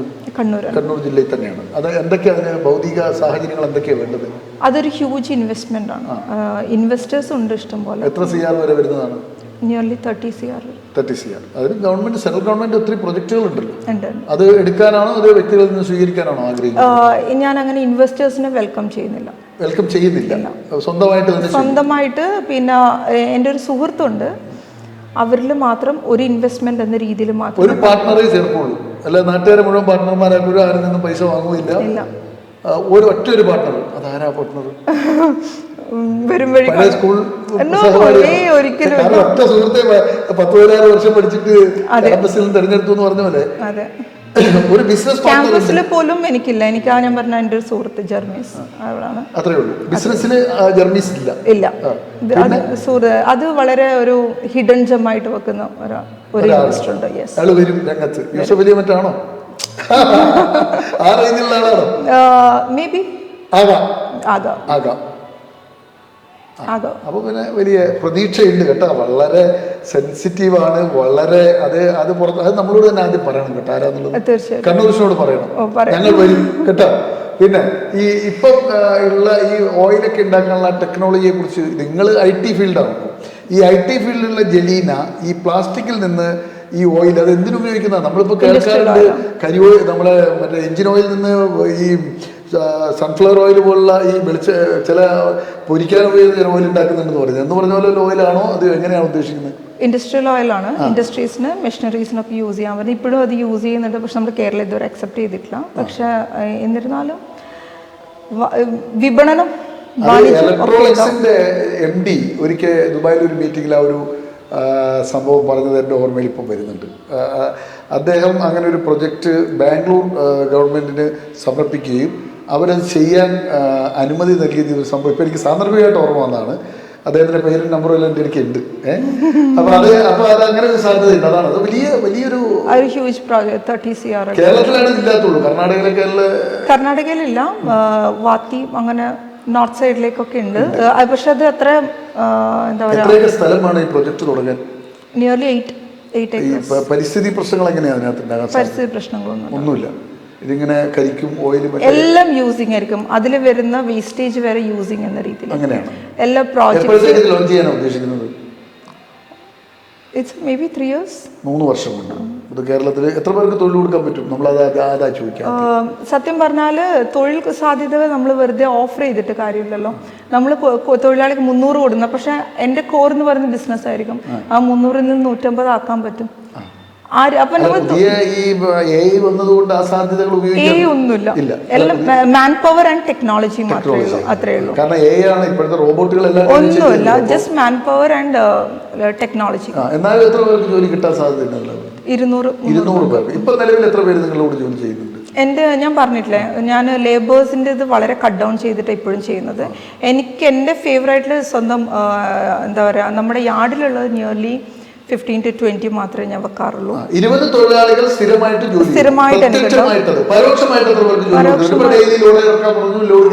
അങ്ങനെ വരുന്ന ഏകദേശം ഒരു 60-70 പേര്. മലയാളീസ് അല്ല, ആസാമീസ് ആണ്. മലയാളികൾ എന്താ കിട്ടുന്നില്ലേ? മലയാളീസ് അല്ല, ആസാമീസ് ആണ്. അവർക്കാണ് ഒരു കൈവഴക്കം. അതെ, ഇപ്പോഴും ഉള്ള വർക്കേഴ്സ് എൻ്റെ ചേട്ടൻ്റെ കൂടെ ഉണ്ടായിരുന്നവർ തന്നെയാണ്, പുതിയതായിട്ട് വന്നവരല്ല. ചേട്ടൻ്റെ കൂടെയുള്ള തൊഴിലാളികൾ അവർക്ക് എന്താ ചേട്ടനെ കുറിച്ച് പറയുന്നത്? അവർക്ക് ഇപ്പോഴും ബായിജാനാണ്. അവർ ഇപ്പോഴും എന്താണ് ദീദീന്ന് തന്നെ വിളിക്കാം. ആര് വിളിച്ചാലും വർക്കേഴ്സ് നേരിട്ട തടസ്സങ്ങളും പ്രതിസന്ധികളും എന്തൊക്കെയായിരുന്നു? ട്രസ്റ്റ് ആയിരുന്നു. ട്രസ്റ്റ് ഭയങ്കര പ്രശ്നമായിരുന്നു. കാരണം ഓഫീസർമാർക്ക് അവരുടേതായിട്ടുള്ള ഒരു കോൺസെപ്റ്റ് ഉണ്ടാവും. അപ്പോൾ അത് മീറ്റ് ചെയ്യാൻ വേണ്ടിയിട്ട് എനിക്ക് സത്യം പറഞ്ഞ ഒരു 1 year-ഓളം ഏകദേശം വേണ്ടി വന്നു. പിന്നെ അത് കിട്ടാൻ വേണ്ടിയിട്ട് എനിക്ക് ഫ്രീ ഓഫ് കോസ്റ്റിന് വർക്ക് ചെയ്ത് കൊടുക്കേണ്ടി വന്നിട്ടുണ്ട്. നഷ്ടങ്ങൾ വന്നിട്ടില്ല. മൈക്രോ മാനേജിങ്ങിന് ഒരു വനിതാ സംരംഭകർക്ക് ഇതെല്ലാം ചെയ്യുമ്പോൾ ഒരു പുരുഷന്മാർ പോകുന്നിടത്ത് നിങ്ങൾ ചെല്ലുന്നു കാര്യങ്ങൾ ചെയ്യാൻ, അന്നേരം നിങ്ങൾ നേരിടുന്ന പ്രതിസന്ധികൾ? ഞാൻ ജലീന ഇഗ്നീഷ്യസ് ആയിട്ടല്ല പോവാറ്, മെയ്ജോ ഇഗ്നീഷ്യസിന്റെ സിസ്റ്റർ ആയിട്ടാണ് പോവാറ്. അപ്പൊ അറിയാം, എല്ലാവർക്കും അറിയാം, മെയ്ജോനെ അറിയാം, മെയ്ജോന്റെ സിസ്റ്ററാണ് വരുന്നതെന്ന് അറിയാം. ആ ഒരു പ്രയോറിറ്റി എല്ലായിടത്തും കിട്ടി. എനിക്കൊരു 80% അടുത്തും കിട്ടിയിട്ടുണ്ട്. അതൊരു സന്തോഷമല്ലേ? അത് ഒരുപാട് സന്തോഷമാണ്. ഇങ്ങനെ സാധാരണ ഈ ഏട്ടന്റെ ഉത്തരവാദിത്വം ഏറ്റെടുത്തിട്ട് ഇങ്ങനെ ഇത്രയും വലിയൊരു ബാധ്യതയൊക്കെ ഏറ്റെടുക്കാനുള്ള ഒരു മാനസിക നില വേണമല്ലോ ഒരു മനുഷ്യന്. കാരണം നിങ്ങൾ ഭയങ്കര സേഫ് സോണിൽ നിൽക്കുന്ന ഒരു ലേഡിയാണ്. അത്യാവശ്യം നല്ല സാലറി ഉണ്ട്. കൊച്ചി പോലുള്ള ഏറ്റവും സുന്ദരമായ നഗരത്തിൽ, ഇപ്പം കേരളത്തിലെ ആളുകൾ ജീവിക്കാൻ ആഗ്രഹിക്കുന്ന ഒരു സിറ്റിയാണ് കൊച്ചി. കാരണം എല്ലാ എന്റർടൈൻമെന്റും ഞാൻ ഇപ്പോഴും കൊച്ചി പോകാറുണ്ട്, ഇന്ന് രാവിലെ എത്തിയതേ. അതെ. അപ്പോൾ ആ കൊച്ചി പോലുള്ള ഒരു നഗരത്തിൽ ഏറ്റവും രസകരമായി ജീവിച്ചു പോകാവുന്ന, കാരണം നമ്മളുടെ ഇഷ്ടത്തിന് ജീവിക്കാൻ പറ്റുന്ന ഒരു നഗരമാണ് ഈ പയ്യന്നൂർ പിലാത്രയിൽ. നിങ്ങളുടെ എല്ലാ ഇഷ്ടങ്ങളും നടക്കില്ല. നിങ്ങൾക്ക് ഒരു ജിമ്മ് വേണം, ഒന്ന് സ്വിം ചെയ്യണം, അല്ലെങ്കിൽ ഒന്ന് ഒരു കടൽ തീരത്ത് ഒരു സവാരി നടത്തുന്നതെന്ന് പറഞ്ഞു കഴിഞ്ഞാൽ കുറച്ച് ബുദ്ധിമുട്ടിയിട്ട് ഇതിലാണ് നടക്കും. മറ്റെല്ലാം മുന്നിലാണ്, നിങ്ങൾ താമസിക്കുന്ന ഫ്ലാറ്റിൽ തന്നെ ഈ സാധനങ്ങൾ മുഴുവനുണ്ട്. അപ്പോൾ അങ്ങനെയുള്ള ഒരു അവസ്ഥയിൽ നിന്ന് ഈ ബാധ്യതകൾ ഏറ്റെടുത്തുകൊണ്ട് ഇങ്ങനെ ഒരു ധൈര്യം കാണിക്കാനുള്ള മനോനില എങ്ങനെ ഉണ്ടായി നമ്മുടെ? മനോനിലയെ കുറിച്ച് പറഞ്ഞ സത്യം പറഞ്ഞ ഡംപ് എന്ന രീതിയിലായിരുന്നു കേട്ടോ. കാരണം എന്ത് ചെയ്യണമെന്ന് ആദ്യം അറിയില്ല. ഞാൻ പറഞ്ഞില്ല, ബേസ് എൻ്റെ സാലറിയാണ്. പക്ഷെ ഞാൻ പ്രതീക്ഷിക്കാണ്ടാണ് എന്നെക്കൊണ്ട് ഞാൻ സാഹചര്യങ്ങൾ കൊണ്ട് ചെയ്യേണ്ടി വന്നൊരവസ്ഥയിലേക്ക്, നമ്മൾ പറയില്ല, നമ്മൾ ആദ്യം സ്കൂളിൽ പോകുമ്പോൾ ഒരു മടി ഉണ്ടാവും, അതൊരു 5 ദിവസം കഴിയുമ്പോൾ നമ്മൾ അതിനോട് പൊരുത്തപ്പെട്ട് തുടങ്ങും. ആ സിറ്റുവേഷനാണ് എനിക്ക് ഈ വർക്കിനോട് ഫസ്റ്റ് ഉണ്ടായത്. നമുക്ക് കോഫി ഡേയുടെ അവരുടെ കാര്യം ഓർമ്മ വരിക, ആ ലേഡി വിൻ ചെയ്ത കഥ. അവര് വിൻ ചെയ്ത കഥയാണ് ഓർമ്മ വരിക. കോടികളുടെ ഹസ്ബൻഡ് മംഗലാപുരം പാലത്തിൽ നിന്ന് എടുത്തിയാടുമ്പോൾ അങ്ങനെ ചെയ്യണേ. എനിക്ക് ആകെ ഒരു അഡ്വൈസ് കൊടുക്കാന്ന് വെച്ചാൽ, ഏതൊരാളും പുതിയതായിട്ടൊരു സംഭവം തുടങ്ങുമ്പോൾ കുറേ കോർഡിനേറ്റേഴ്സ്, കുറേ മാനേജേഴ്സ്, ഇത് വെക്കരുത്. നമ്മൾ തന്നെ കംപ്ലീറ്റ് ഇൻവോൾവ്മെൻറ്റ് ഫസ്റ്റ് ചെയ്യുക എന്നുള്ളതാണ് അത് ഏത് ഫീൽഡിലും എനിക്ക് അഡ്വൈസ് കൊടുക്കാനുള്ളത്. ഞാൻ ഇപ്പോഴും എൻ്റെ കാര്യങ്ങൾ എനിക്ക് തോന്നുന്നു ഇവർ കണ്ടിട്ടുണ്ടാവും. ഞാൻ വന്നപ്പോൾ പോലെ ഫോണിൽ തന്നെ അവിടെ എവിടെയും സംസാരിച്ച് സെറ്റ് ചെയ്യുന്നതും കാര്യങ്ങളും വർക്കേഴ്സ് എങ്ങനെ പോകുന്നു എന്നുള്ളത് ഞാൻ തന്നെയാണ് ഇപ്പോഴും. എനിക്കിപ്പോഴും മാനേജേഴ്സിൽ ഇനി വെക്കാനോട്ട് ഞാൻ ഉദ്ദേശിക്കുന്നത് മാനേജേഴ്സ് ഇല്ലാത്ത ഒരു സംരംഭം, കോർഡിനേറ്റർമാരില്ലാത്ത ഒരു സംരംഭം. ഓക്കെ, നമ്മുടെ സമയം തീരുകയാണ്. അപ്പോൾ അവസാനം പറഞ്ഞത് തന്നെയാണ് നമ്മൾ ഒരു മുദ്രാവാക്യമൊക്കെ എടുക്കേണ്ടത്. എല്ലാം നമ്മൾ തന്നെ ചെയ്തു പഠിക്കണം. എല്ലാം അത് കഴിഞ്ഞ് നമ്മളൊരു പൊസിഷനിലെത്തിയത് പറ്റും. തീർച്ചയായിട്ടും. നമുക്കിപ്പോ ഒരു അക്കൗണ്ടന്റ് ഉണ്ടായാലും അക്കൗണ്ടന്റ് പറയണം എനിക്ക് നാളെ മുതൽ വരാൻ പറ്റില്ല എന്ന് പറയുകയാണെങ്കിൽ ഒരു പുതിയ ഏരിയയാണ് കേട്ടോ. സാധാരണ ഇപ്പൊ കാണുന്ന ന്യൂ ജനറേഷന്റെ പുതിയൊരു ടെക്നിക്ക് എന്താണെന്ന് വെച്ച് കഴിഞ്ഞാൽ, ആദ്യം തന്നെ ഒരു PA, 2 സൈഡിലും PA-മാരുണ്ടാവും നോട്ട് എഴുതാൻ. അത് കഴിഞ്ഞൊരു മാനേജർ, കോർഡിനേറ്റർ, CEO, HR, അങ്ങനെ സകല മേഖലകളിലും ഓരോ കൈകൾ ഉണ്ടായാലേ ഇന്നത്തെ കാലത്ത് പ്രവർത്തിക്കാൻ പറ്റുമെന്നാണ് പല സ്ഥാപനങ്ങളും നമ്മളെ കാണിച്ചു തരുന്നത്. പക്ഷേ അതിൽ നിന്നും എല്ലാം ഭിന്നമാണ് ജലീന. അതുകൊണ്ട് തന്നെയാണ് സക്സസ് സ്റ്റോറി ജലീനെ തേടി വന്നത്. ഞങ്ങളുടെ അന്വേഷണത്തിലും ഞങ്ങൾക്കത് മനസ്സിലായതുകൊണ്ടാണ് ഒരു വെറൈറ്റി ആയൊരു സംരംഭകയെ നമ്മൾ പരിചയപ്പെടുത്തുന്നത്. എല്ലാം നമ്മൾ തന്നെ ചെയ്യും. മാനേജറും വേണ്ട, കോർഡിനേറ്ററും വേണ്ട, HR-ഉം വേണ്ട, 2 CA-കാരുണ്ട്, അത്ര ചെയ്യും. അപ്പൊ അത്ര കോൺഫിഡൻസോടുകൂടി ഒരു സംരംഭകം നമ്മുടെ മുന്നിൽ ഇരിക്കുന്നുണ്ടെങ്കിൽ അത് നമുക്കൊരു അസറ്റാണ്, നമുക്കൊരു മുതൽക്കൂട്ടാണ്. പിന്നെ ഈ പറയുന്ന ഒരു പുതിയ പ്രൊജക്റ്റ്, പ്ലാസ്റ്റിക് മാലിന്യത്തിൽ നിന്ന് ഓയിൽ നിർമ്മിക്കുക, അത് നമുക്ക് പരിസ്ഥിതിക്കും വളരെ ഗുണമാണ്. കാരണം ഈ പ്ലാസ്റ്റിക്കൊക്കെ സംസ്കരിച്ച് ഓയിലായി മാറ്റി ആ ഓയിൽ നമ്മൾ യന്ത്ര സംവിധാനങ്ങൾക്ക് ഉപയോഗിക്കുക എന്ന് പറയുമ്പോൾ നല്ലൊരു പ്രൊജക്റ്റാണ്. പക്ഷെ ഒരാൾ മറഞ്ഞിരിക്കുന്നുണ്ട്, ഒരു ഹൈ പ്രൊഫൈലുള്ള ഒരാൾ വരും, ഒരു ഇൻവെസ്റ്റർ ജലീനയോടൊപ്പം. അതിൻ്റെ കൂടുതൽ വിവരങ്ങളുമായി ഞങ്ങളും വരും പ്രേക്ഷകരിലേക്ക്. ജലീനയുടെ വളർച്ചയ്ക്കൊപ്പം സഞ്ചരിക്കാൻ. ജലീന വളരും എന്ന കാര്യത്തിൽ ഒരു സംശയമില്ല. ആകാശത്തോളം വളരാനുള്ള ഗ്രൗണ്ട് വർക്ക് ഓൾറെഡി ചെയ്തു കഴിഞ്ഞു, വളർച്ച തുടങ്ങിക്കഴിഞ്ഞു. ആ വളർച്ചയ്ക്ക് കണ്ണൂർ വിഷനും കൂടെയുണ്ട് എന്ന് ജലീനയ്ക്ക് ഉറപ്പ് നൽകുകയാണ്. സക്സസ്ഫുള്ളുടെ എല്ലാ ആശംസകളും ജലീനയ്ക്ക് നേരുകയാണ്. പ്രേക്ഷകർക്കും ഒപ്പം വിലപ്പെട്ട സമയം ഞങ്ങൾക്ക് വേണ്ടി തന്ന ജലീനയ്ക്കും നന്ദി, നമസ്കാരം.